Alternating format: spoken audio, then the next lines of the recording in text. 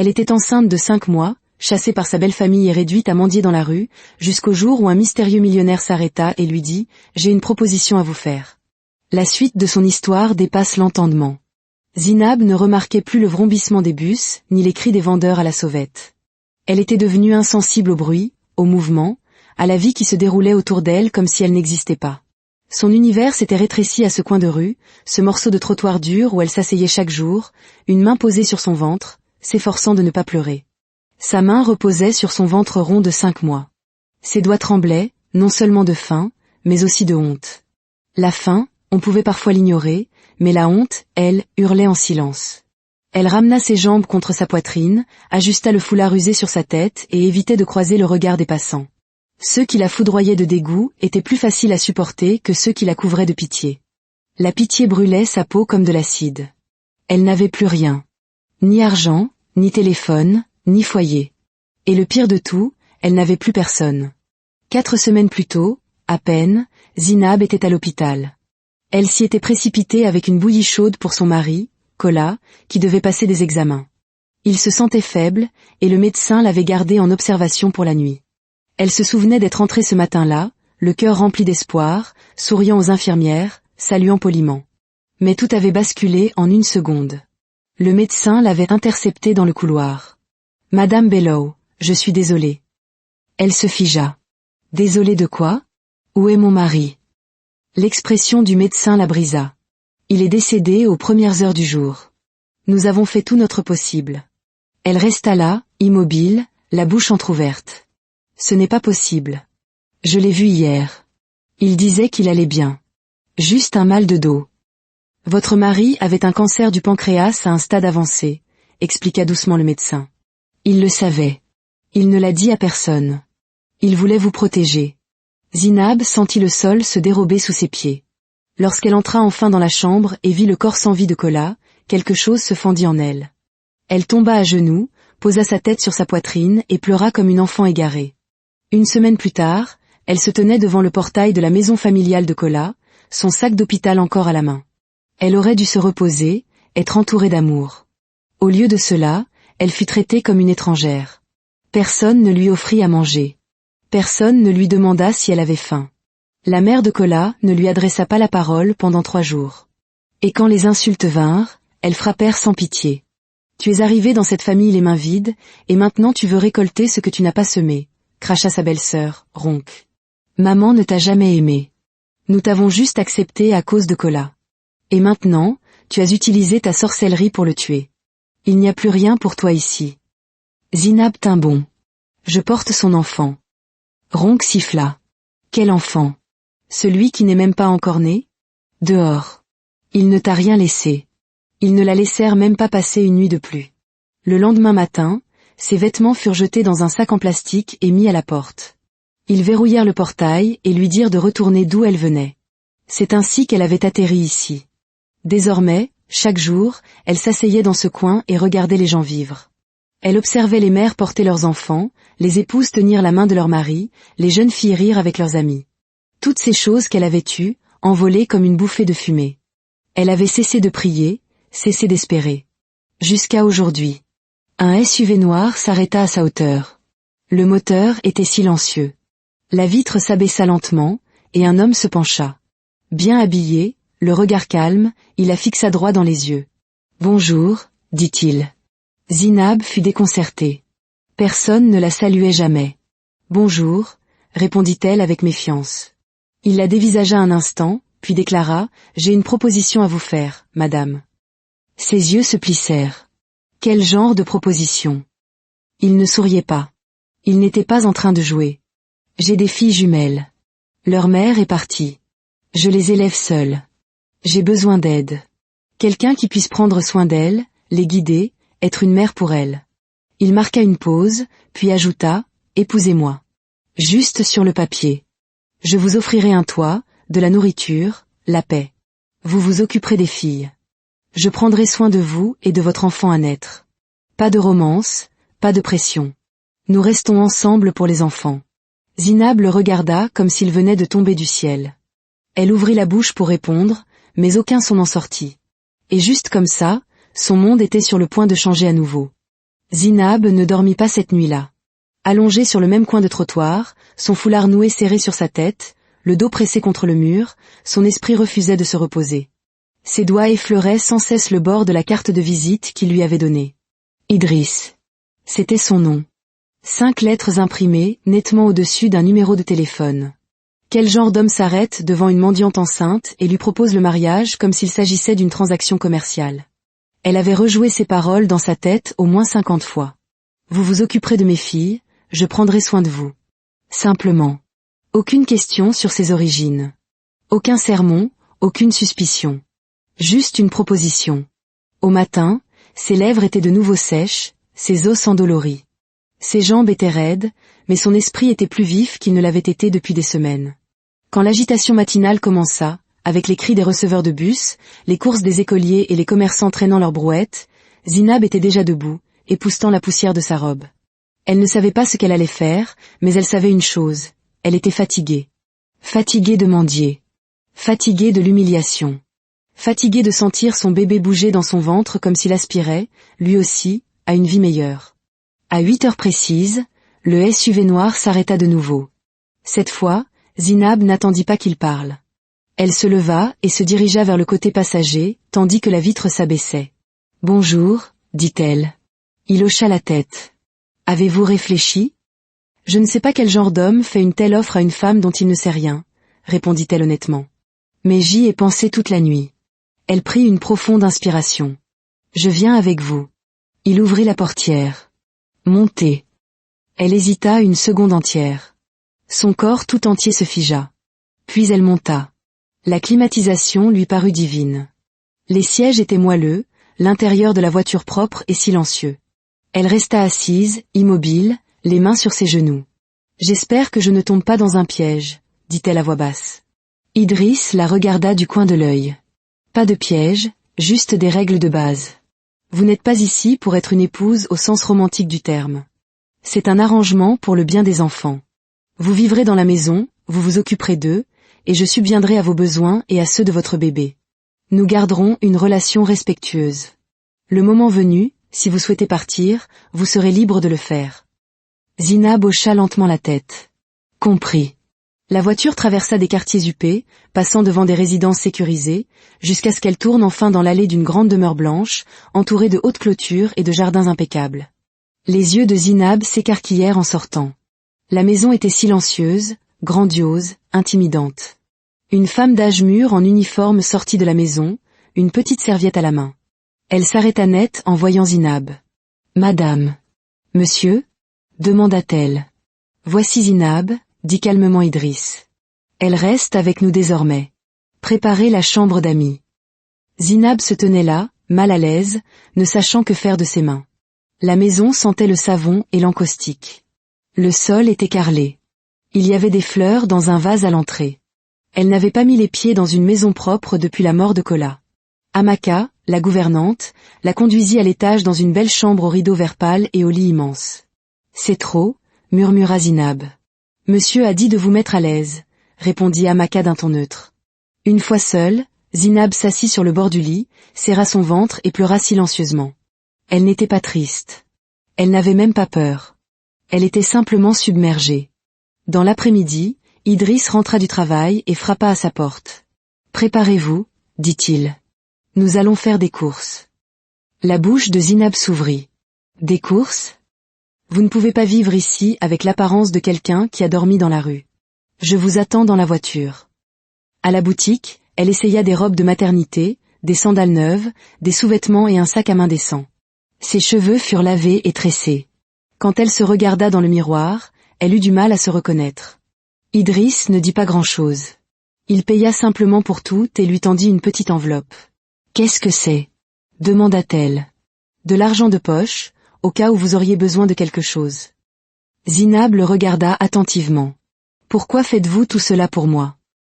Il resta silencieux un moment, puis répondit, « Parce que les 6 dernières nourrices se sont enfuies et que j'ai 2 filles qui font pleurer des femmes adultes. » Zinab eut un petit rire. « À ce point ? Vous le découvrirez bien assez tôt. » Ils retournèrent à la maison en silence. Juste avant l'heure du coucher, Amaka frappa et tendit à Zinab 2 jeux de minuscules uniformes. « Demain, c'est l'école. » Les jumelles vous attendront le matin. Zinab ferma lentement sa porte et s'appuya contre elle. Elle n'avait aucune idée de ce que demain lui réservait, mais pour la première fois depuis longtemps, elle avait l'impression de pouvoir respirer. Zinab se réveilla tôt. Non pas à cause du bruit ou de l'inconfort, mais parce que son corps était habitué aux épreuves. Dormir dans un vrai lit lui semblait un luxe trop beau pour être vrai. Pour la première fois depuis des semaines, elle avait dormi à l'intérieur, sous un toit, sans craindre d'être chassée. L'oreiller sentait encore la lessive fraîche. À 6 heures, elle était debout, vêtue d'une des robes simples qu'elle avait achetées la veille. Elle se tenait près de la fenêtre et observait la cour en contrebas. Le gardien arrosait les fleurs. Un jardinier balayait. Le silence était magnifique. À 7 heures, on frappa. Amaka passa la tête. Elles sont réveillées. Le cœur de Zinab fit un bond. Elle suivit Amaka en bas, se répétant mentalement, « Sois calme. Sois gentille. Ne surréagis pas. » Mais rien n'aurait pu la préparer à ce qu'elle vit. 2 ouragans en pyjama rose. Le salon ressemblait au passage d'une tornade. Des jouets partout. Du lait renversé sur le tapis. Une jumelle était debout sur le canapé, hurlant « Je veux du pain à la gelée ». Tandis que l'autre, assise par terre avec des céréales plein les cheveux, riait comme une petite démente. La mâchoire de Zinab tomba. Ce sont les filles. Tara et Tania, marmonna Amaka. Bonne chance. Avant que Zinab ne puisse parler, celle sur le canapé, Tania, se tourna et hurla. Tu es qui, toi? Encore une nounou? Zinab haussa un sourcil. Tu dois être Tania. La fillette croisa les bras. Je ne t'aime pas. Zinab s'avança et ramassa un ours en peluche. Ce n'est pas grave. Je n'aimais pas la bouillie quand j'avais ton âge, mais devine quoi? Je devais quand même la manger. Tania cligna des yeux. Tara, la jumelle plus calme, se leva et s'approcha, regardant curieusement le ventre de Zinab. Pourquoi ton ventre est gros? Tu as mangé trop de riz? Zinab sourit. Il y a un bébé dedans. Tara haleta. Il va sortir aujourd'hui? Pas aujourd'hui. La semaine prochaine? Certainement pas la semaine prochaine. Tara pencha la tête. Je peux lui donner un nom? Zinab gloussa. Essayons déjà de survivre à cette matinée. Depuis le couloir, Idriss observait la scène en silence. Il s'était attendu à des cris, des pleurs, peut-être même une morsure ou deux. Mais au lieu de cela, les filles écoutaient. Curieuses, souriant même. C'était nouveau. Plus tard dans la matinée, Zinab les aida à s'habiller. 20 minutes pour brosser leurs cheveux, 15 autres pour trouver des chaussettes assorties, et 10 de plus pour convaincre Tania de mettre ses chaussures. Au moment de les attacher à l'arrière de la voiture, elle transpirait comme si elle avait couru un marathon. Idriss les rejoignit à l'avant, jetant un regard en arrière. « Elles ne t'ont rien jeté ?» demanda-t-il sèchement. « Elles ont essayé, » dit Zinab en ajustant son foulard. « J'ai esquivé. » Il eut un sourire en coin. « Tu pourrais survivre, après tout. » Le reste de la journée se déroula dans un flou de routine et de petites batailles. Mais le soir, vers 20 heures, elle borda les filles. Tara voulait une histoire pour s'endormir. Tania voulait une chanson. Zinab fit les deux. Quand elle se tourna pour partir, elle entendit leur respiration douce. Elle dormait. En sortant dans le couloir, elle trouva Idriss appuyé contre le mur, les bras croisés. « Tu chantes faux. » Zinab répliqua. Elles ne s'endorment jamais avant 22 heures. Elles sont épuisées. Elles ont passé la moitié de la soirée à se disputer pour savoir qui le bébé aimera le plus. Il la fixa. Merci. Elle haussa les épaules. Je fais juste ce pourquoi on m'a engagée. Mais dans son cœur, elle savait qu'elle faisait déjà plus. Plus tard dans la nuit, elle trouva un petit plateau devant sa porte. Du riz, du ragoût, des bananes plantains frites et un mot qui disait « Tu te débrouilles bien. Mange quelque chose. Idriss. » Zinab s'assit au bord de son lit, tenant le mot comme s'il était en or. Quelque chose en elle s'adoucit. Quelques jours auparavant, elle était une mendiante. Maintenant, elle bordait des enfants et recevait des mots de remerciement. Peut-être, juste peut-être, que la vie n'en avait pas encore fini avec elle. Le lendemain matin commença par un cri. Pas celui de Zinab, celui de Tania. J'ai dit que je voulais mon toast en forme de lapin. Zinab se tenait à l'entrée de la cuisine, tenant un plateau de pain et 2 soigneusement coupés. Eh bien, malheureusement, je ne suis pas une magicienne. Alors aujourd'hui, tu auras des rectangles. Des rectangles de luxe. Tania croisa les bras sur sa poitrine. Alors je ne mange pas. Parfait, répondit Inab en posant le plateau sur la table avec un sourire. Plus pour Tara. Tara, déjà à mi-chemin de son bol de céréales, haleta de plaisir. Oui. Les yeux de Tania s'écarquillèrent. Non, j'ai changé d'avis. Elle sauta de sa chaise et se précipita vers la table, enfournant le pain dans sa bouche comme si elle n'avait pas juré de ne plus manger 5 secondes plus tôt. Depuis les escaliers, Idriss observait avec un amusement tranquille. Cela faisait 3 jours, et Zinab n'avait pas craqué. Cet après-midi-là, Idriss la convoqua dans son bureau. Il y a quelques règles de la maison sur lesquelles nous devrions nous mettre d'accord, commença-t-il. Ne pas fouiller dans mes affaires. Ne pas entrer dans ma chambre sans frapper. Ne pas présenter les enfants à des visiteurs quelconques. Je n'ai pas de visiteurs, répondit-elle. Il marqua une pause. Bien. Aussi, pas de commérage avec le personnel. Zinab haussa un sourcil. Est-ce un contrat ou un mariage? Il cligna des yeux. C'est un partenariat. Avec une fiche de poste très mouvementée, ajouta-t-elle. Il se pencha en arrière. Vous pensez que c'est facile? Non, répondit-elle en souriant légèrement. C'est pour ça que les 6 autres nounous se sont enfuis, n'est-ce pas? Il cligna de nouveau des yeux. Elles n'ont pas fui. Elles ont démissionné. Une a laissé ses chaussures au portail, dit calmement Zinab. Ce n'est pas une démission. C'est une évasion. Idriss essaya de ne pas rire. Il échoua. Un rire franc, inattendu, lui échappa, brisant la façade de glace qu'il s'était construite. Elle le regarda une seconde, puis se leva. Avons-nous fini avec les règles? Oui. Bien, parce que je dois aller mettre fin à une bagarre pour une brosse à dents. Alors qu'elle se tournait pour partir, Idriss l'appela. Zinab. Elle se retourna. Merci. Elle haussa les épaules. Ne me remerciez pas encore. Vous n'avez pas vu ce qu'elles ont fait à la salle de bain des invités. Ce soir-là, après que les filles se soient enfin endormies, Idriss se retrouva de nouveau devant sa porte avec un plateau. Cette fois, c'était de la purée d'igname et du poisson grillé. Zinab ouvrit la porte avant qu'il ne frappe. Vous faites toujours des livraisons de nourriture la nuit? Il lui tendit le plateau. Vous avez manqué le dîner. C'est parce que je persuadais votre fille que son drap de lit n'était pas un tissu royal. Il sourit. Elle est très imaginative. Elle est très dramatique. Il rit. Elle n'avait pas l'intention de sourire, mais elle le fit. Je vous laisse manger, dit-il en se tournant. Attendez, dit-elle. Idriss. Il se retourna. Regrettez-vous parfois cet arrangement? Il resta silencieux une seconde. Non. Mais je ne m'attendais pas à ce que vous les gériez aussi bien. J'ai de l'expérience, dit-elle doucement, posant une main sur son ventre. Il fit un petit signe de tête. Bonne nuit, Zinab. Bonne nuit. En fermant la porte et en regardant la nourriture, elle soupira et sourit en même temps. Sa vie était encore sens dessus-dessous, mais maintenant, c'était un sens dessus-dessous avec dîner inclus. Idriss n'était pas un homme jaloux.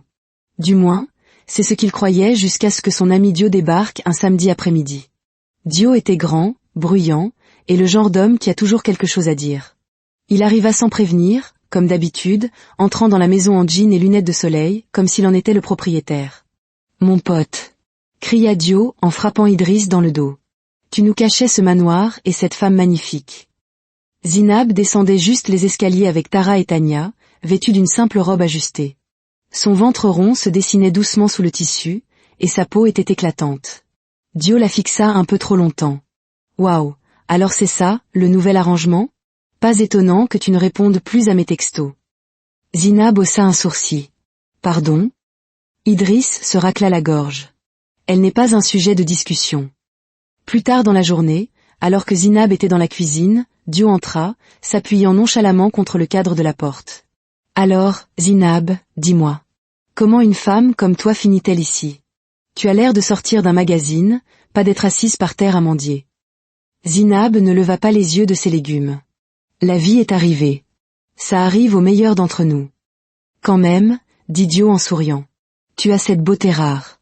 Tu as déjà pensé à quitter ce marché et à essayer quelque chose de plus excitant?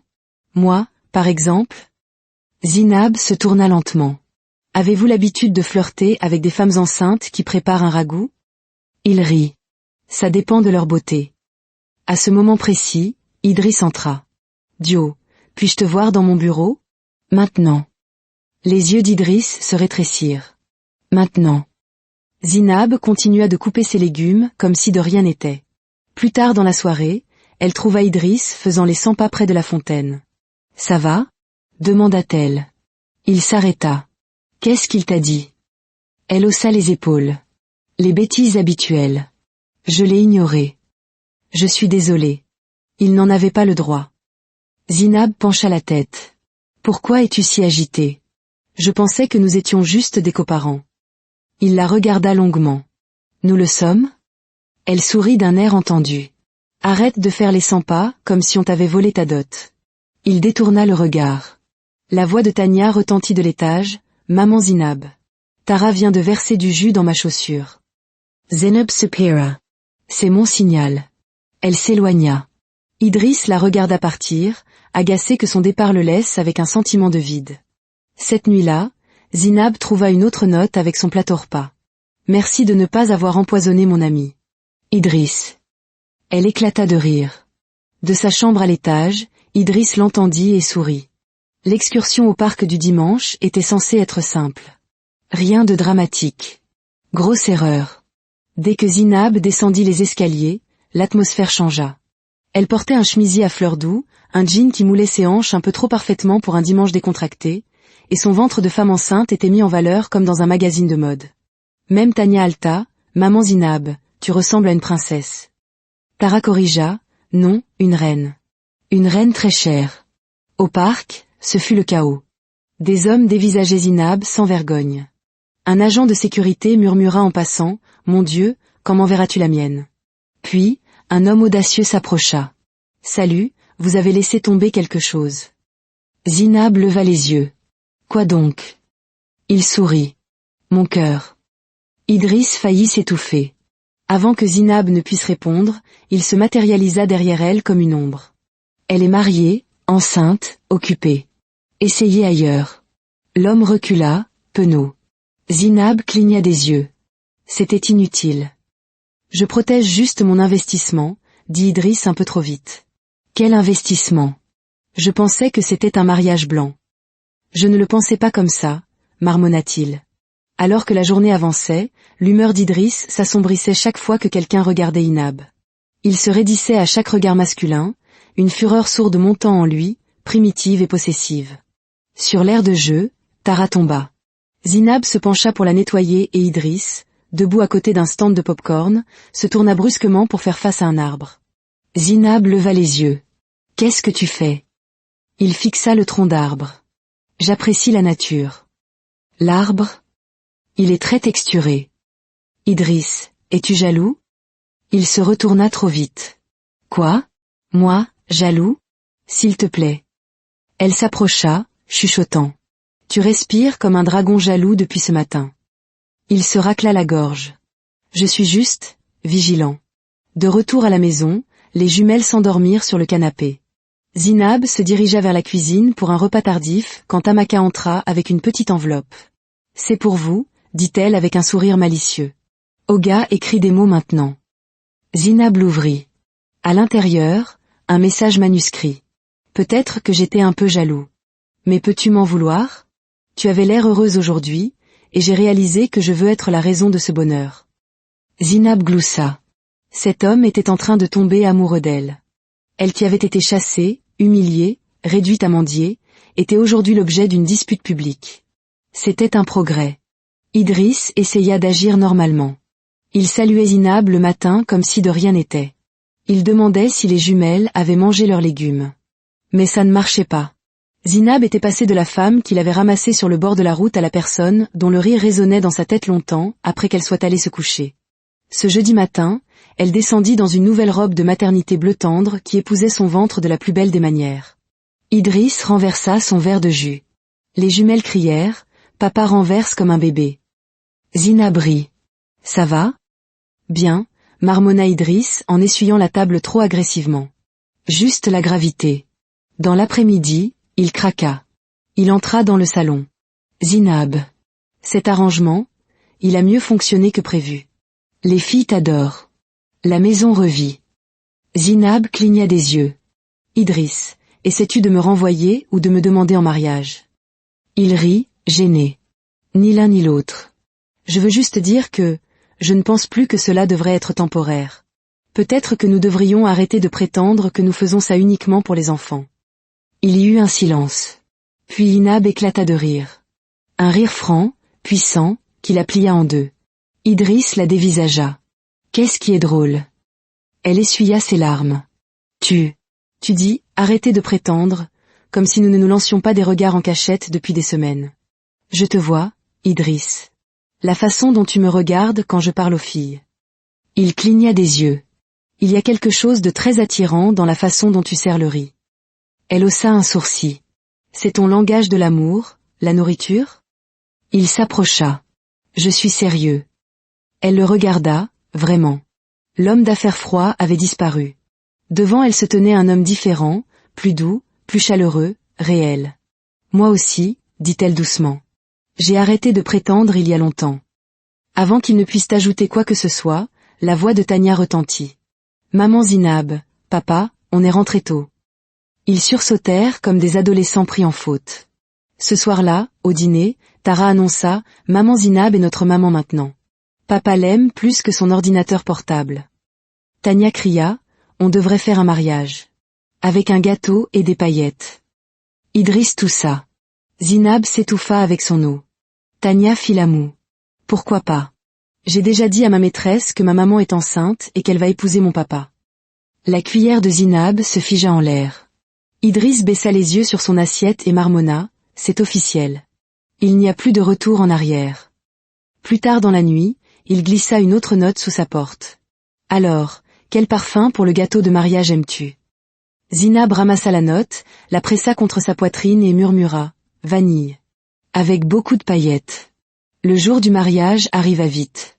Zinab ne pensait pas être à nouveau une mariée. Certainement pas dans un salon où quelqu'un avait déjà renversé du soda dans une chaussure. Mais elle était là, portant une robe couleur crème avec de la dentelle aux manches. Tania halta en entrant dans la chambre. Tu ressembles à Cendrillon. Tara corrigea, non, Cendrillon n'avait pas de bébé dans son ventre. Alors elle ressemble à maman princesse. Zinab éclata de rire. Ça me va. La maison était décorée simplement. Tandis qu'une douce musique jouait, Zinab entra dans le salon, main dans la main avec les filles. Idriss se tourna et, un instant, le temps s'arrêta. Elle était radieuse. Il était stupéfait. Puis vinrent les vœux. Idriss prit une profonde inspiration. Je ne t'attendais pas. Tu es entré dans mon chaos et tu y as apporté le rire. Je veux passer le reste de ma vie à m'assurer que tu ne te sentes plus jamais mal aimé. Zinab sourit, les larmes aux yeux. Tu m'as rencontré quand je n'avais rien. Même pas l'espoir. Mais tu m'as vu, et d'une manière ou d'une autre, tu m'as redonné un foyer. Je ne t'épouse pas parce que j'ai besoin d'aide. Je t'épouse parce que je suis tombée amoureuse de l'homme que tu es. Les jumelles applaudirent avant même que l'officiant ne dise « Vous pouvez embrasser la mariée ». Quelques jours après leur mariage, Zinab donna naissance à un petit garçon en pleine santé. Au moment où elle tint son fils dans ses bras, elle pleura des larmes de guérison. Il était magnifique. Ils l'appelèrent Malik. Les jumelles s'approprièrent immédiatement leur nouveau frère. « Il me ressemble », déclara Tania. « Non, il me ressemble », insista Tara. « Vous avez toutes les deux tort », dit Zinab, épuisée mais souriante. « Il se ressemble à lui-même. » Idriss ne se souciait pas de savoir à qui Malik ressemblait. Pour lui, ce bébé était son fils dans tous les sens du terme. Il l'aimait farouchement, complètement. La nuit, Zinab se réveillait et trouvait Idriss debout près du berceau, le regardant simplement dormir. La maison était un chaos, mais un bon chaos. Puis, 1 an après sa naissance, Zinab s'évanouit. Analyse, échographie. Le médecin entra avec un sourire un peu trop large. « Félicitations, madame. Vous êtes enceinte. » Zinab cligna des yeux. « Encore ?» Le médecin hocha la tête. « Et ce n'est pas tout. Vous attendez des jumelles. » Idriss se leva, puis se rassit. « Ce n'est pas possible. On a déjà eu des jumelles. Il devrait y avoir une loi. » Zinab fixa l'échographie. « Vous êtes sûr que votre machine n'est pas cassée ?» Le médecin rit. « Positif. 2 battements de cœur puissants. » Dehors, les jumelles, qui les avaient suivis à l'hôpital, écoutaient derrière un rideau. Elle en a 2 de plus. Alta Tara. Tania cria, on va être 4 sœurs. J'ai besoin de plus de paillettes. Idriss posa sa tête contre le mur. Zinab, nous allons avoir besoin d'un bus. Un vrai bus. Zinab se couvrit le visage. Nous étions censés élever les enfants que nous avions. Eh bien, dit Idriss en prenant sa main, peut-être que les enfants que nous sommes censés avoir nous élèvent, nous aussi. Elle sourit. Fatiguée, choquée, mais heureuse. La vie leur avait infligé la douleur, puis la miséricorde, puis la joie. Maintenant, elle leur tendait à nouveau des couches, et ils allaient les prendre ensemble. La maison entra officiellement en mode de folie totale. Des jumelles nouveau-nées pleurant à l'unisson, Malik courant après tout ce qui brillait, et Tara et Tania agissant comme des mères de substitution avec des complexes de super-héroïnes. La maison était plus bruyante qu'une cour de récréation. Idriss n'était plus le PDG calme et posé. Il était maintenant le roteur officiel, le rinceur de biberon et le digi de berceuse. Un soir, Zinab entra et le trouva fredonnant faux, les 2 bébés dans un porte-bébé sur sa poitrine, Malik sur ses genoux, devant un dessin animé. Ses yeux étaient rouges. Ne ris pas, l'avertit-il. Elle rit quand même. Ils avaient peu de moments de calme, mais il les chérissait. Tard dans la nuit, après que les 5 enfants se soient enfin endormis, Zinab et Idriss s'asseyaient par terre dans leur chambre, partageant un encas comme des adolescents. Ce n'était pas le plan, dit un soir Zinab en posant sa tête sur son épaule. Non, dit Idriss. Mais c'est parfait. Parfait? Demanda-t-elle. Tu parles de la couche qui fuit, du feutre sur mon mur, ou du fait que quelqu'un a mordu ma chaussure de mariée et que je ne sais toujours pas qui. Il rit. C'est ce qui en fait notre histoire. Au milieu du chaos, des rires, des taches et des dessins animés à plein volume, il y avait la paix. Pas celle du silence, mais celle qui vous enveloppe comme une couverture chaude. Celle qui dit, tu as réussi. Zinab était passée d'une mendiante sur le bord de la route à une femme dont le foyer débordait de vie et d'amour. Et Idriss, lui, avait trouvé plus de joie dans de minuscules chaussettes dépareillées et des baisers de bébé baveux que dans toutes les transactions boursières. Pour leur anniversaire de mariage, ils ne sont allés nulle part. Ils sont restés à la maison, ont cuisiné des nouilles, se sont assis sur le sol de la cuisine et ont trinqué avec des briquettes de jus. À la vie, dit Zinab. Aux miracles inattendus, répondit Idriss. Et c'est ainsi que leur histoire folle, bondée et magnifique continua. Parce que l'amour ne commence pas toujours avec des fleurs. Parfois, il commence par une proposition sur le bord de la route.